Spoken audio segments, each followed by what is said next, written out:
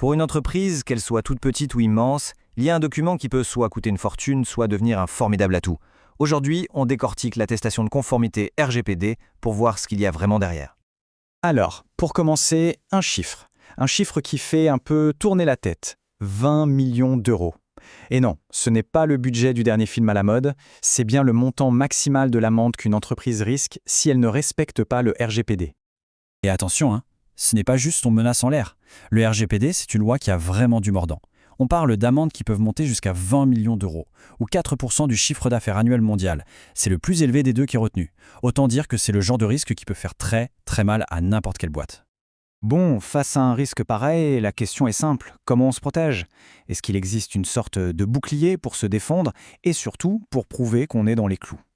Eh bien oui, ce bouclier, il existe. C'est l'attestation RGPD. Franchement, on peut voir ça comme le passeport de l'entreprise dans l'univers des données. C'est le document officiel, le tampon qui dit « Oui, cette organisation respecte les règles du jeu ».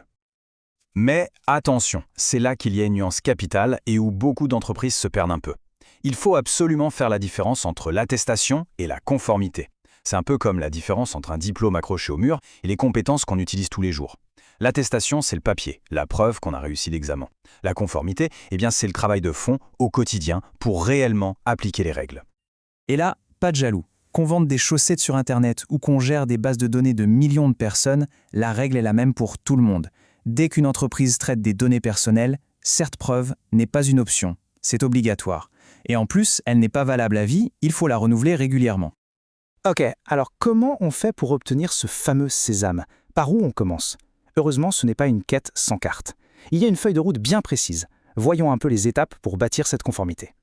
En gros, la conformité RGPD, ça tient sur 6 grands piliers. D'abord, il faut un pilote dans l'avion, le DPO. Ensuite, des process clairs pour que chacun puisse accéder à ses propres données. Troisième point, on blinde les contrats avec tous les partenaires.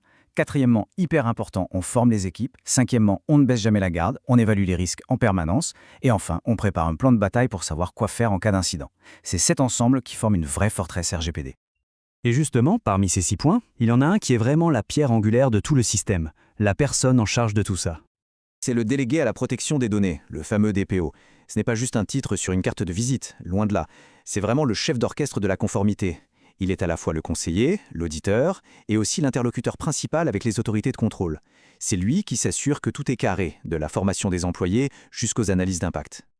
Et cette citation le résume parfaitement. Le message est clair. Le travail du DPO, ce n'est pas une mission avec un début et une fin. C'est un marathon. Une fois l'attestation en poche, le vrai travail de surveillance et de gestion des risques ne fait que continuer. Très bien, mais concrètement, comment on prouve tout ce travail au quotidien?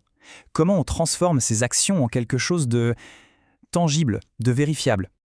La clé, c'est la documentation, la trace écrite de tout ce travail. Pour que l'attestation ait du poids, elle doit être soutenue par des preuves solides. On parle ici du registre de toutes les données traitées, des analyses d'impact, des modèles de consentement. Chaque document est comme une brique qui vient solidifier le mur de la conformité. Mais, et c'est un point essentiel, il ne faut pas tomber dans le piège de la paperasse. L'objectif final va bien au-delà d'une simple pile de documents. Le but ultime, c'est d'intégrer la protection des données dans la culture même de l'entreprise, dans son ADN. Ça doit devenir un réflexe, pas une contrainte. Il s'agit de passer d'une culture de la collecte à une culture du respect de la donnée et de la personne derrière. Et quand on y arrive, les bénéfices sont énormes. Bien sûr, le premier, c'est d'éviter les amendes. Mais le vrai gain, il est ailleurs. C'est la confiance qu'on bâtit avec ses clients, la solidité des relations avec les partenaires. Et au final, c'est la réputation d'une entreprise sérieuse et fiable. Ce qui nous amène à la question de fond.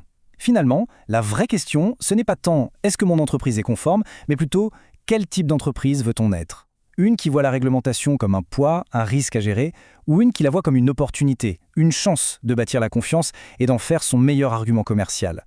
La réponse pourrait bien définir son avenir.